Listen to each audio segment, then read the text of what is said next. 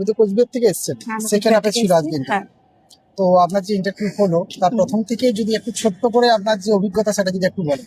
অভিজ্ঞতা বলতে গেলে অবশ্যই ঘাবড়েছিলাম, কিন্তু সেরকম ঘাবড়ানোর বিষয় না। আমি যা বুঝতে পারলাম, ওখানে একজন শিক্ষিকা এবং দুজন মহাশয় ছিলেন, তারা মোটামুটি সোজা সাপটা কোশ্চেনই করেছে আমাকে। আমি কি ডেমো দিতে চাই সেটা জিজ্ঞাসা করেছে, যেটা আমি দিয়েছিলাম।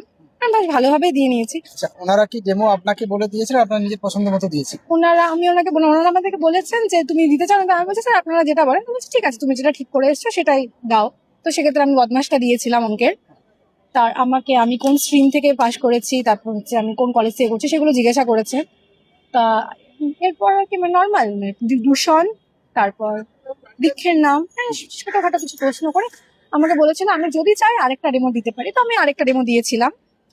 ব্যাস, মানে এইটুকুই? হ্যাঁ এইটুকুই। মানে খুব সেরকম ভালোই হয়েছে, হ্যাঁ, ভালোই হয়েছে। ওনারা ভালো কোঅপারেশন ভালোই করেছেন। হয়েছে, হ্যাঁ, অবশ্যই। Best of- আমার ত্রুটি অবশ্যই ছিল, তাদের কাছ থেকে অনেক কিছু শিখতে পেরেছি। অবশ্যই অবশ্যই Thank you. অনেক